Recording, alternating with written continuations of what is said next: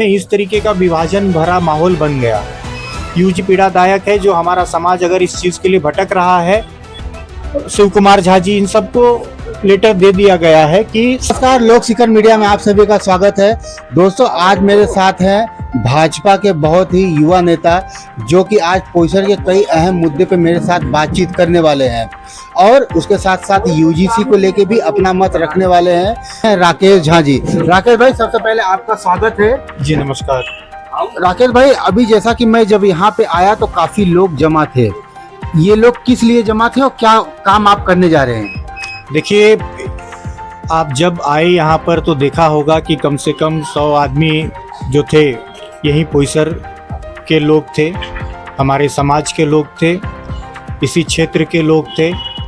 और ये इसलिए यहाँ पर थे कि इनकी मीटिंग हमने रखी हुई थी और ये काफ़ी दिनों से जो है अपने श्राद्ध स्थल को लेकर काफ़ी चिंतित हैं, क्योंकि इनका जो श्राद्ध स्थल है वो क्या कारणवश जो है पता नहीं, मगर वहाँ पर जो था उसको हटा करके वहाँ पर दूसरे कार्य का निर्माण होने का काम हो रहा था और ऐसे में वो अपने श्राद्ध स्थल पर खो चुके थे। अच्छा, वहाँ पे पहले मरणोपरांत के बाद वहाँ कार्यक्रम हो रहा था कुछ सालों से जो है वहाँ पर हो रहा था।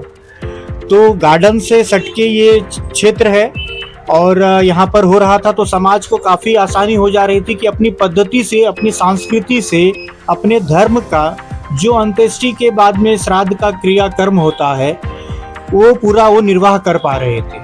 ऐसे में अब जहाँ वहाँ पर जो है दूसरे कार्य निर्माण का जो है वहाँ पर कार्य चालू किया गया है, जो अभी रोक दिया गया है। लेकिन ये क्यों ऐसा हुआ है और क्या कारण से उधर क्या निर्माण हो रहा था, इस पर ये अभी प्रश्न चिन्ह है। इस पर हमारी जो है सभी लोगों के साथ में आगे जाकर पीयूष जी से, हमारे उत्तर मुंबई के सांसद माननीय पीयूष गोयल जी, उनसे मुलाकात करके इस विषय पे चर्चा होनी है। उसके बाद हम लोग जो है अतुल भातलकर जी के साथ में जो है इस विषय का चर्चा भी हुआ है और उनको हमने लेटर भी दिया हुआ है सबका। ये आपको मैं लेटर दिखा सकता हूँ कि पीयूष गोयल जी, अतुल भातलकर जी, बीएमसी, शिव कुमार झा जी, ये स्वाति जायसवाल जी, इन सबको जो है शिव कुमार झा जी, इन सबको लेटर दे दिया गया है कि समाज ये जो है अभाव से पूरा पीड़ित है कि उनको श्राद्ध स्थल का उपयोग करने मिल नहीं रहा और ऐसे में वो चिंतित है कि वो कहाँ जाएं। अपने ये जो 13 दिन का कर्म कांडी होता है, डेली उतरी लेकर समाज का जो व्यक्ति, उनके जो घर के लोग जो आग दिए होते हैं मृतक को, उनके वो 13 दिन पूरा इस तरीके से निर्वाह करते हैं। पूरा वो सात्विक पद्धति पे रह के ये बहुत ही मतलब आप देखने जाएंगे तो धार्मिक एक अलग ही ये है संस्कृति है जो आपको उनको निभाना पड़ता है। अच्छा, ये पूरे पोईसर में श्राद्ध स्थल वही एक ही था? ये वही पे अभी हो रहा था।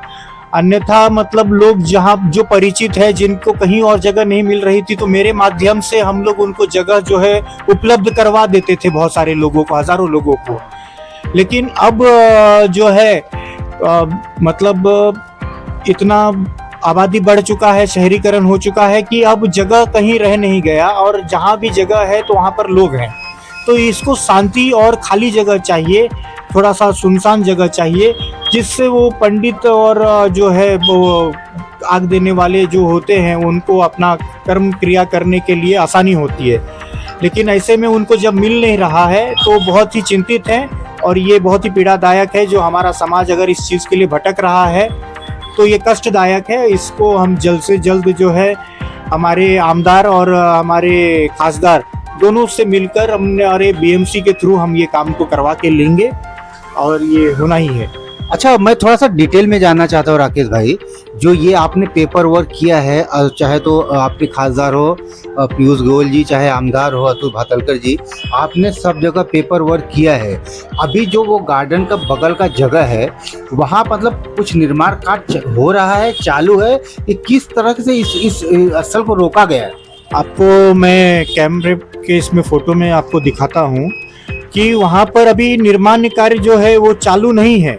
लेकिन वहां पर जो श्राद्ध स्थल था उसको हटा करके दूसरा कार्य निर्माण चालू था जिसको अभी स्टॉप कराया गया है। अच्छा, ये किस टाइप का निर्माण कार्य वहाँ चालू था? ये देखिए, अभी इसका जो है पूरी तरीके से विवरण नहीं मिला है, लेकिन कहा जा रहा था कि शौचालय के हिसाब से जो है शौचालय बनाना चाहते थे इस जगह पे, इसलिए यहाँ पर ये खड्डा किया गया है।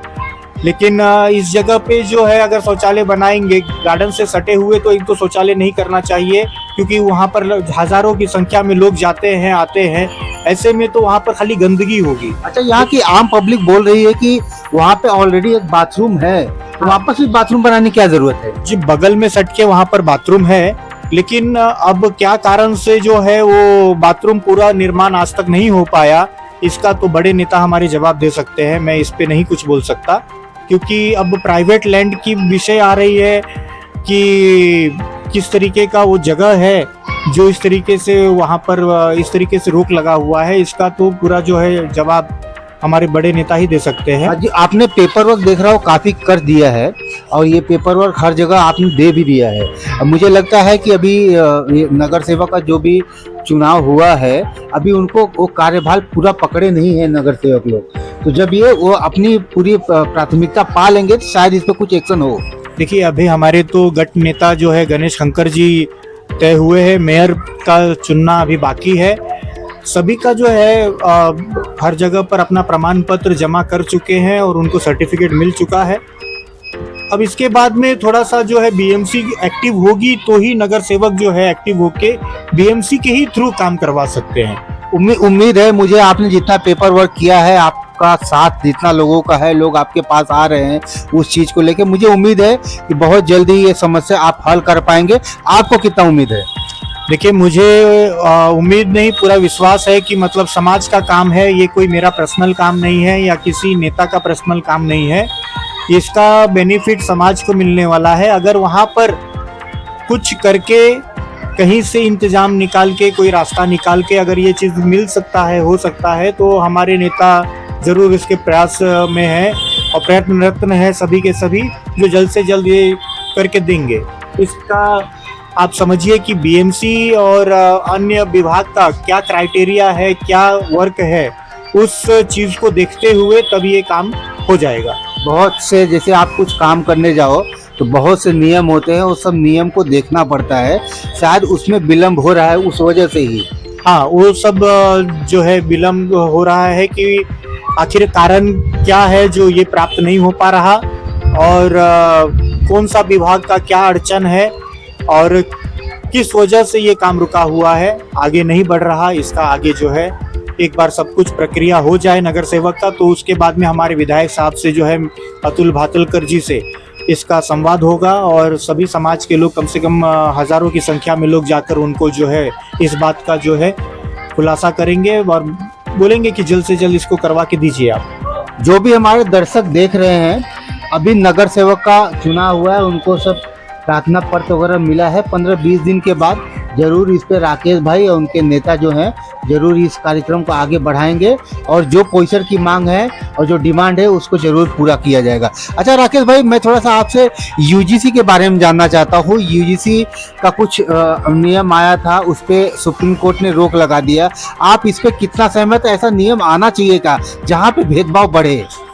देखिए, ये मुझे लगता है कि शीर्ष नेताओं के अज्ञातता में ही इस तरीके की कानून को लाने का कार्य किया गया होगा, जो देश के अंदर में इस तरीके का विभाजन भरा माहौल बन गया। यूजीसी बिल जिस हिसाब से देश में माहौल बना, हमें लोगों को जोड़ना है और आगे की ओर जो है उनको भविष्य की ओर लेके जाना है, बढ़ाना है, तो हमें एकता का भाव सिखाना होगा, ना कि जो है हमें रिजर्वेशन या आरक्षण का भाव सिखाएं या हम किसी को ज़्यादा ताकत दें, किसी को कम ताकत दें। देखिए, अब ज़माना कंप्यूटर का हो गया है और कंप्यूटर का युग अब पढ़े लिखों का युग है। अब अगर जो पढ़ेगा नहीं, लिखेगा नहीं, उसको अगर कहेगा कि हमें हर चीज़ की सुख सुविधा प्राप्त हो, तो ये अब संभव नहीं है। अब अगर किसी को भी जो है समानता चाहिए तो शिक्षा की ओर आए, एक साथ में बढ़ें, एक साथ में। हम लोग ने भी बचपन से स्कूलिंग किया है, हमारे साथ में कभी भी हम लोगों ने कोई भेदभाव नहीं किया। कौन छोटा जाति होता था, कौन बड़ा जाति होता था, कौन क्रिश्चियन है, कौन मुस्लिम है, कौन हिंदू है, कौन सिख है, हम सब एक साथ पढ़ते थे। कोई भेदभाव नहीं था, क्योंकि हम सब एक मित्रता का भाव रखते थे। कहीं न कहीं सामान्य वर्ग में ना इसी बात को लेके चिंता है कि किसी को ज्यादा ताकत दे दिया, किसी का ताकत ही छीन लिया। इस तरह का जो सामान्य वर्ग पे सोशल मीडिया पे एकदम जोर शोर से लगे हुए, जोर शोर से प्रचार कर रहे हैं, वो चाहे अगेंस्ट बीजेपी हो, चाहे अगेंस्ट मोदी हो। देखिए, कहीं ना कहीं ये बिल जो था वो संदेहशील और प्रश्नचिन्ह के आधार पर था, जिसके तहत सुप्रीम कोर्ट ने जो है इस पर संज्ञान लेते हुए इसके पूरे विश्लेषण का विवरण मांगा कि ये जो है पूरे स्पष्ट है ही नहीं, इसका स्पष्टीकरण चाहिए। कुछ ऐसे सवाल थे उसके अंदर कुछ जो उसका कोई स्पष्टीकरण नहीं था। अगर एक आदमी को अगर जो है कानून का रास्ता पूरा एक्सेस करने के लिए मिलता है तो दूसरे व्यक्ति को क्यों नहीं? तो ये एक जो है समझिए कि मतलब ये न्याय करने वाला बिल नहीं हुआ। दोनों पक्ष को अपनी दलील सुनाने का, अपना पक्ष रखने का और अपनी आप बीती बताने का पूरा हक है, जिसका सबूत के आधार पे जब हम कोर्ट रखे क्यों हैं? जब ऐसा ही करना है तो ये तो मनमानी कानून हो गया, जिसका सभी श्रवण वर्ग जो है विरोध कर रहे हैं। देश भर में माहौल जो आज तक बहुत ही अच्छा बनते आया था, इसके वजह से आज हमारे बहुत ही जो है हरिजन समाज के लोग, हमारे भाई जो है आदिवासी समाज के लोग जो है वो भी अब खुल के इसके विरोध में आ रहे हैं कि नहीं, ये तो सच में भेदभाव करने वाला कानून है, जिससे समाज को हम दूषित करेंगे और झगड़ा होगा और एक भेदभाव का जो है वातावरण बनेगा। इसको हमें नहीं चाहिए, खत्म करना है। और समाज एक जो यूनिफॉर्म कॉमन सिविल कोड लाने की बात हुई थी, हमें यूनिफॉर्म सिविल कोड लाने की बात हो जो सभी के लिए एक बराबर कानून का बात हो। धन्यवाद राकेश भाई। मैं आपसे एक सवाल ये करना चाहता हूँ, अभी पोईसर को लेके आपकी भूमिका क्या है? देखिए, पोईसर को लेके मेरी हमेशा से एक ही स्पष्ट भूमिका रही है कि मुझे पोईसर मेरे लिए कोई नेतागिरी का क्षेत्र नहीं है। मैं पोईसर में दूसरी पीढ़ी हूँ। 50-60 साल के ऊपर का हमारा पोईसर के अंदर में इतिहास है। मेरा जन्म यही पोईसर बिहारी टेकड़ी महेंद्र झा चाल में हुआ है। मैं भाजीवाड़ी में पूरा मेरा जो है बचपन, पढ़ाई लिखाई, शादी विवाह सब भाजीवाड़ी कमलेश झा चाल, वहाँ हम रहते थे, वहाँ से हुआ है। तो पोईसर मेरे लिए मेरा एक समाज है, मेरा एक परिवार है। यहाँ के एक लोग, एक बच्चे मुझे कोई बब्बू बोलता है, कोई भाईजी करके पुकारता है, कोई राकेश भाई करके बोलते हैं। तो ऐसे में ये अपनापन जो है किसी और के लिए नहीं है, ये मैं यहाँ का हूँ और पोईसर मेरे हैं, मेरे लोग हैं, जो हमेशा मुझे ये छलकता है, दिखता है, क्योंकि इतना मुझे पर्याप्त प्यार मिलता है पोईसर के वो लोगों से, जहाँ पर मैं राजनीति से ज़्यादा काम, समाज सेवा और उनके हर एक काम में मैं उनका साथ दे सकूं, कंधे से कंधा मिला सकूं, कोई भी परेशानी कठिनाई में मैं उनके साथ खड़े हो सकूं, ये मेरा हमेशा बना रहता है। और मैं कभी चुनाव लड़ूं नहीं लड़ूं, जीतूं नहीं जीतूं, लेकिन मेरा काम समाज सेवा में पोईसर के लोगों के लिए, पोईसर को सबसे सुंदर क्षेत्र पूरे मुंबई में बनाने के लिए हमेशा प्रयत्नशील रहेगा और मैं इसमें लगा रहूँगा। ये मेरी पूरी कोशिश रहेगी। और इसके साथ साथ जब मुझे पोईसर जनता मेरे काम को देख रही है, आशीर्वाद देने का पूरा जो है वो तैयार है।